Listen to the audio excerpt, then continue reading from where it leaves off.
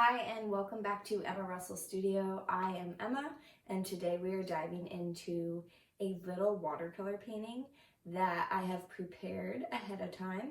I'm going to show you the example and we are going to be recreating it. So it's basically a pattern of tiny florals and we're going to be going over opacity throughout it. So how to use opacity, the opacity techniques that I've gone over in my opacity video, which you can find on my channel, but we are going to be using that and implementing it in an actual painting. So what does using different forms of opacity look like in a painting? Today you're going to find out with our simple and small 5x7 painting. So grab your paintbrushes and your paper and let's get started.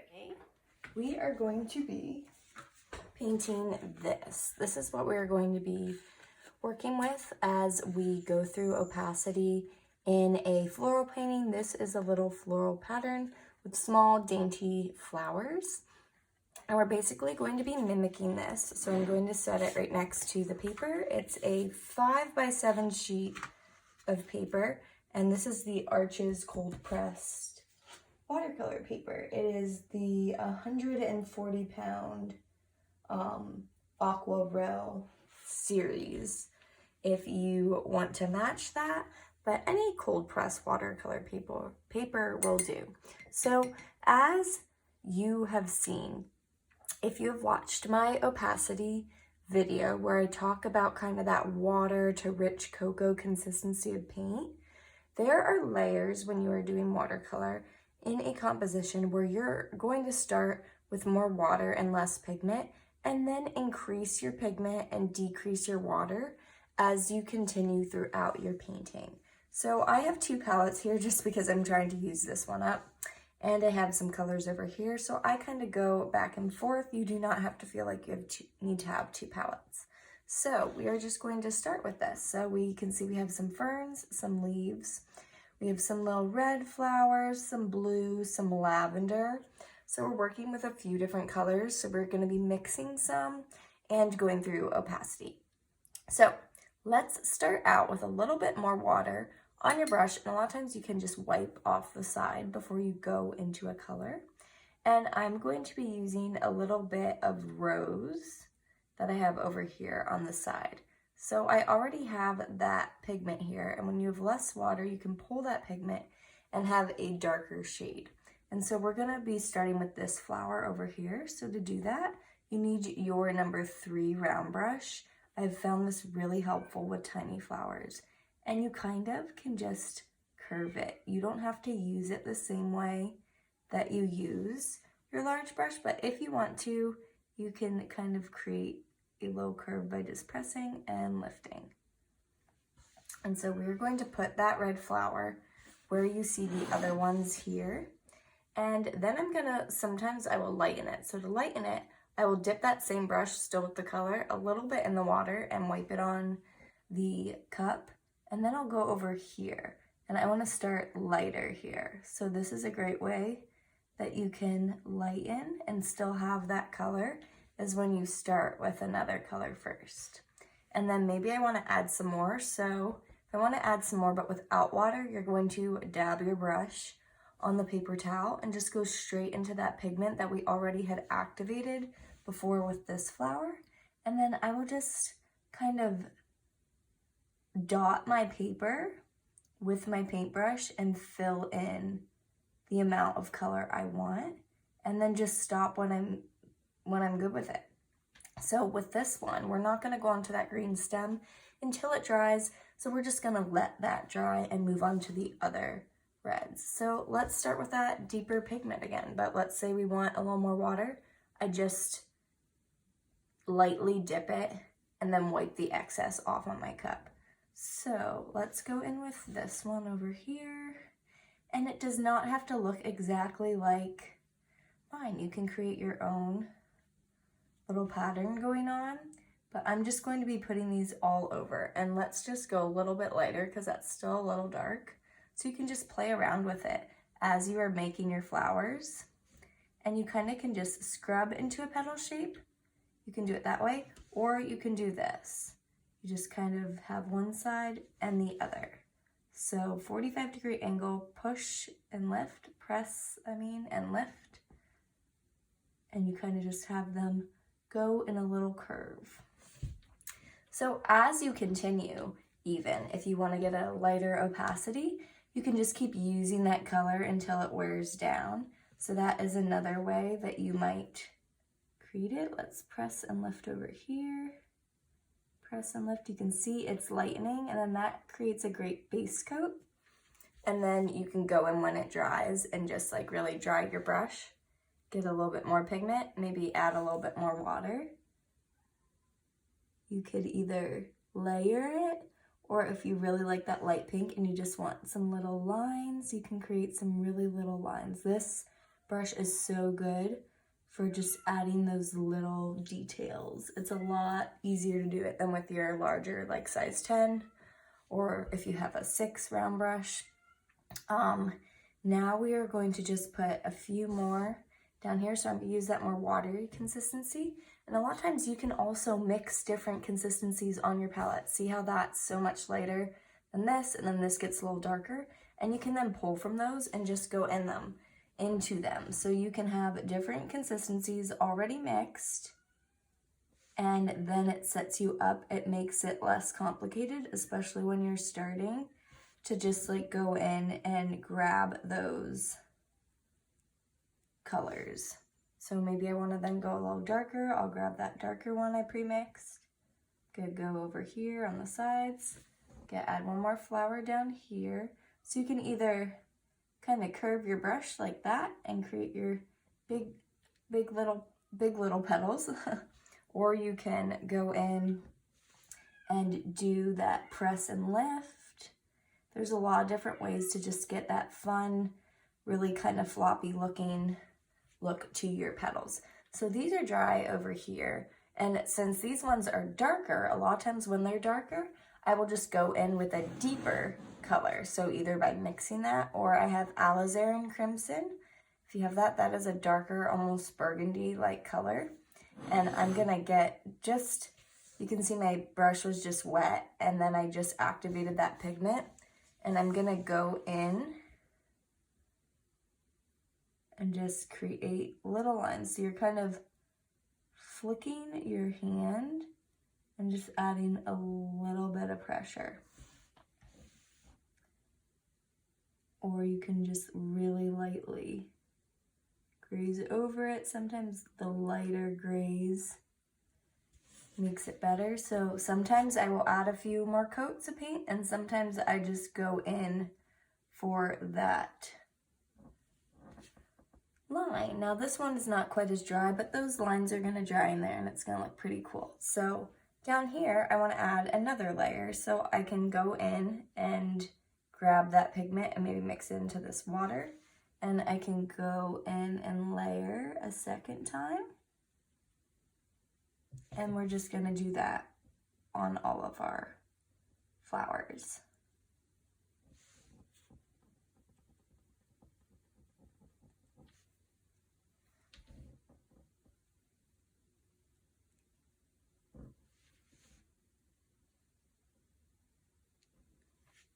Okay, we'll wait for those to dry. As those dry, let's go in with a Windsor blue.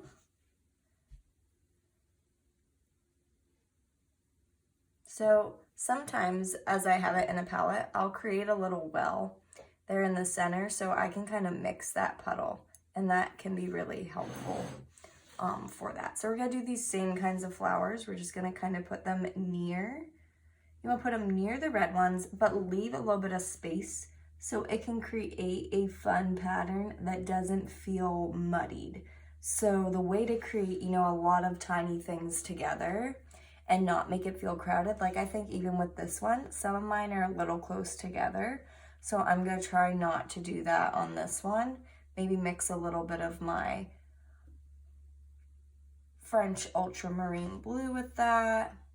And I'm just going to fan out those petals. And you can always fix them if you don't like how they look. Just keep going around until you round them out and you really enjoy their shape. So sometimes I find it easy to just kind of act like you are drawing a little circle and it gives this like fluffy little look that's a little wispy. So I'm gonna put some more over here, because a lot of times too, if you go and paint the same thing you just painted in a different way, you realize things that you want to change, or you find ways that you can improve it, which is an amazing way and really easy way that you can get better, is you just keep painting.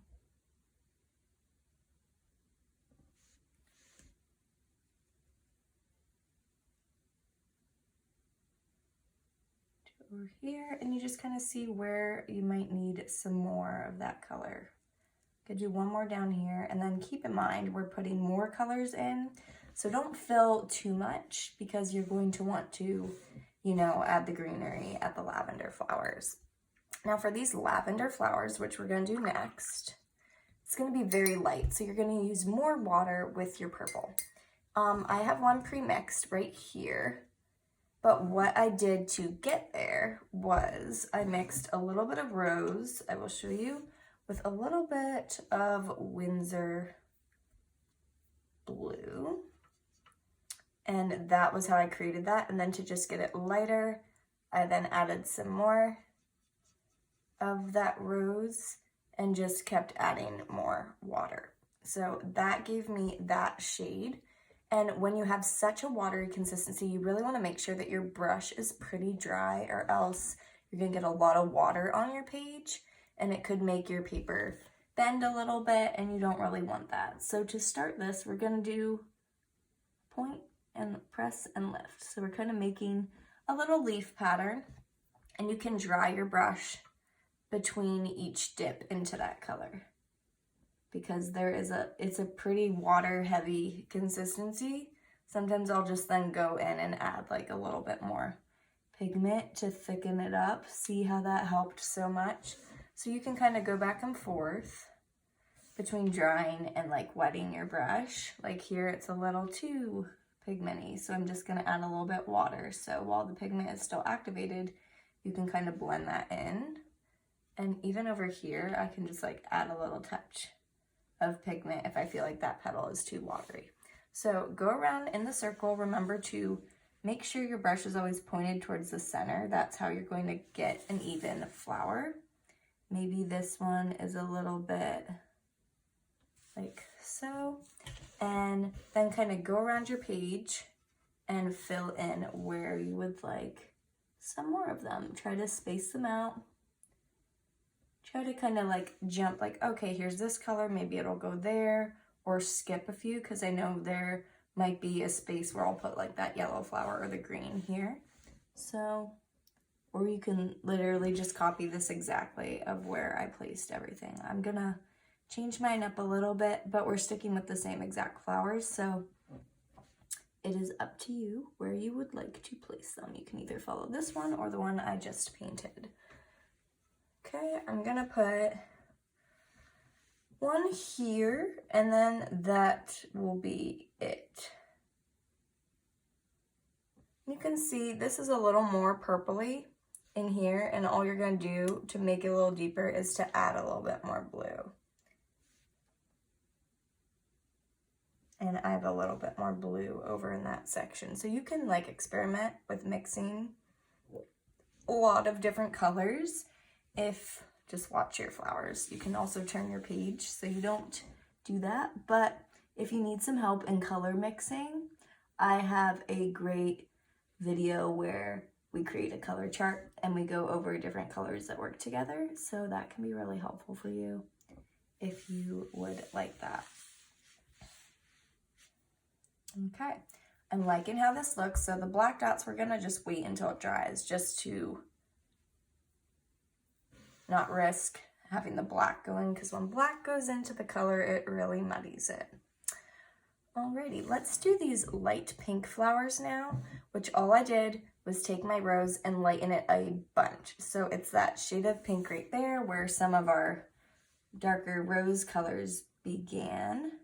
And I just kept that in. If you want to get it even lighter, I suggest adding a little bit of lemon yellow. And that will kind of create that like peach Look, so here I'm just pretending there's a circle there in the middle and going around and just curving my brush. So sometimes when you are learning florals, it can be easier to start off small, but at the same time, I will say that I am using different techniques here than if I'm creating a large flower. It's just a lot easier to kind of manipulate the paint in a small flower, and I just like the way it feels. And I've been painting a lot of these patterns lately, and I thought, hey, you know, this could be really helpful for you guys in, you know, learning opacity, because there's a lot of different opacities that you use. And this is typically what you do when you're layering any painting, whether it's a pattern or a big piece. You are going to start light and then work your way in. But with a fun pattern like this, maybe you want to keep it super pastel. So you want to keep every color light, and that's fine to do too. Okay, so we got 3 here. Let's put like 1 more down there. Got some cat hair on the page. I'm gonna just put it right here, and just remember to kind of space your flowers apart. Don't scooch it really close to it. Right. And I have my Winsor and Newton watercolors. These are the professional grade. The pigment is very saturated. So yeah, we're waiting to do the black because you can see in this one, it completely darkened that. So that is not what we want. All right, now we are going to go in with the green. So to get a dark green, I simply mix sap green right here with Payne's gray. These are the 2 that I mix. Now I already have some on my palette, and I have a ton of Payne's gray in here, and I like to just mix that. And when you're mixing, sometimes it's easier to just really wipe off your brush to get that excess water off. And I will mix I already have some sap green in here. I will just mix that together. So let's start with this leaf up here, and you might need to turn your page. These flowers are dry, so you could just do that. So I go with a light stem, so just do a really light line, and then go off to the right and press and lift. And you can just bring that point out, and then go on the other side and get that other leaf. So press and lift, press and lift. Then you have this cute little leaf. This flower I really love, but let's put it down here because it got really busy up there, and I don't want to do that again. And I did that with a lighter green, so more of like a sap green mixed with a lemon yellow. Let's put it down here. So I started with the stem and go out to one side and go out to the other. It's a pretty like medium consistency, not a ton of water, not a ton of pigment, kind of in between. Then over here, I'm kind of making it fan out. So I'm just going and putting a little like flick of my brush to get the little bits. And then we're gonna create a larger leaf here. So we're gonna press and lift, and you might have to do that a few times on either side. Press and lift.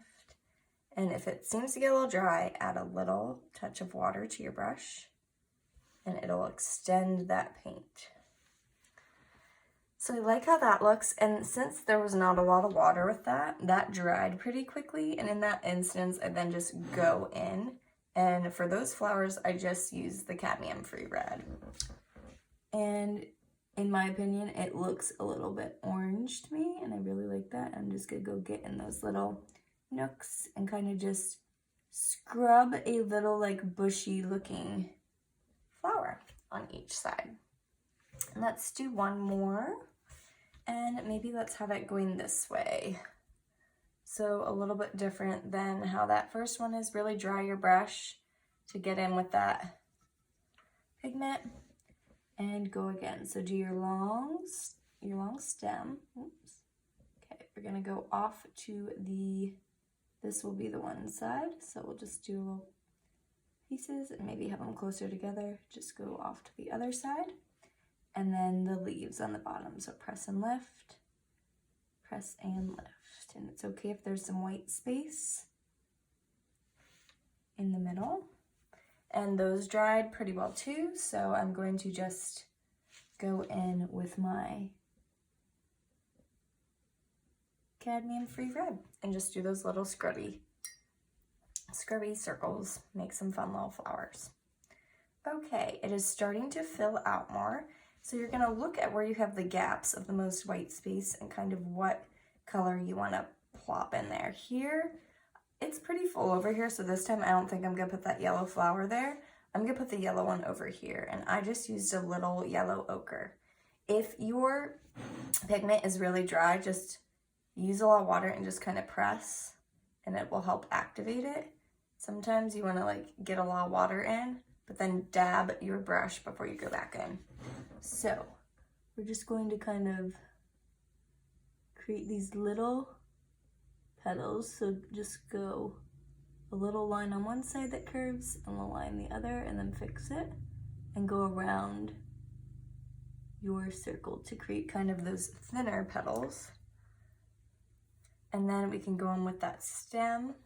So create a really light line and then go and press and lift, press and lift.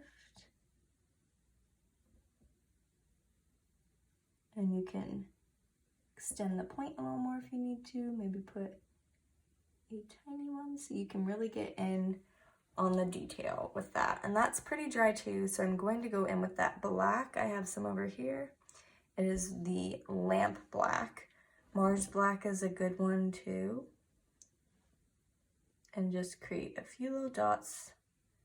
Try not to touch that in case it's wet. But now we can do the centers of those other flowers. So I want you to go in where we made those really light pink and peach ones and just form a center of however big you would like it to be. Some might be a dot, maybe some go out a little bit. And if your lavender flowers are dry, this one, that petal's still wet, but the rest is dry, so I think I'm good. If you don't think you're good, it's better to wait, because then you won't do that, mess that up. But if you happen to, just blot it with your paper towel as it's wet, and it should lift your color. So as those are drying, let's go in with some greenery. This is like a fern, and I want to add a little bit more Payne's Gray to my green and make it an evergreen. So we're going to kind of make this one go in the same direction, curved like that. So you go first, create a stem, goes about here, and then we're just going to press and lift while curving this time. And then you just kind of go on either side, do the one, and kind of have it come out more a little bit so it doesn't muddy right against the stem. And you just go back and forth and match those two up at the same angle here on this side. If they curve a little bit more, that's okay. And then I like to just end with a round one up top, and if it feels a little too far away, just add two more little petals there. So there we have our little fern. This is gonna dry, and as it's drying, it's almost pretty dry. I'm just gonna go in with some more Payne's Gray for a second layer, and that was how I really deepened and darkened that fern.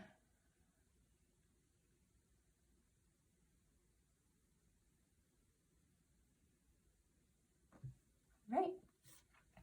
Now I would like to put another fern here. I think that would look good. So I'm going to do that same line again.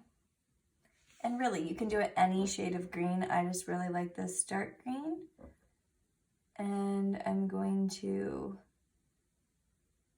make it the same way. See, if it gets dry like that, that's when I just grab a touch more water and see how much it just really helps the pigment spread out.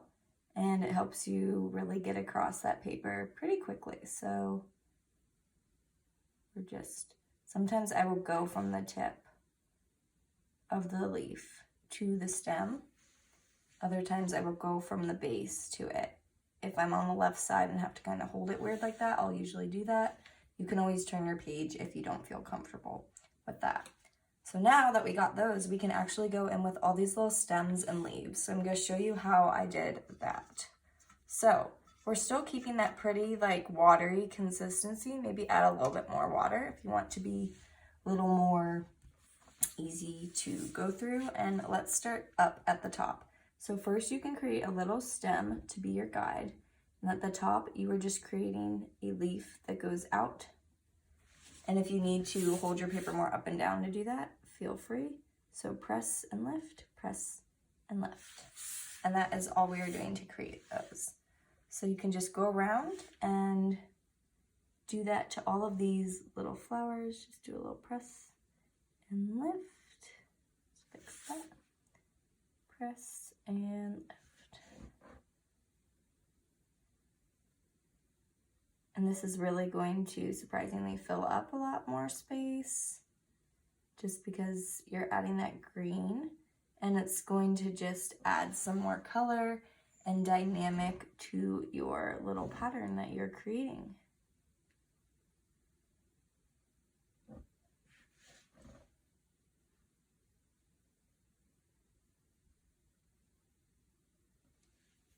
If you need more green, just get more pigment. You can add it to that watery consistency or just dip into that. And then some of these, I will then put that color down a little bit more towards the stem, or you can just make your leaves go alongside that base of your flower, like so. Sometimes I will do that too. Just kind of curve it out. It almost looks like a little mustache. And go and get those in. Just fix your little leaves.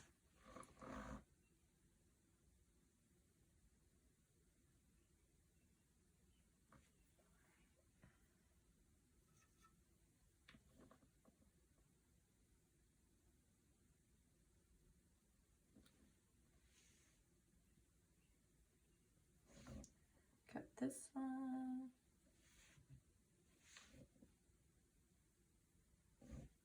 And then once certain parts dry, you can even go in and add some darker pigment, even on the other ones that you want to pop more, and just sometimes I'll add just lines there on the side, and that can really just bring out that show in the shadow. It can really just bring out that leaf. I'll do that over here too. Just add some shadow. Okay, I have one more.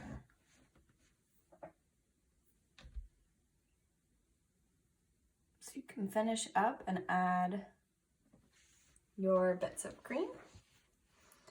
And then I kind of like to look around and see if there's anywhere else I want to put anything. Maybe I want to add some leaves to these pink ones. So I'll just go in and maybe just add a little leaf on one side, one on the other. Just press and lift, press and lift. The only way to get better at these leaves is to practice. Oh, I forgot right there, so I'm gonna add that in. That's really how you are going to get better. It's gonna become more natural the more you do it. You could just fill a page with leaves. Add a leaf here, over here. Maybe just one on that one. Can make it a little different. And now I want to just go in with some last bits. Oh, I have another one. So you might be finding places you have missed.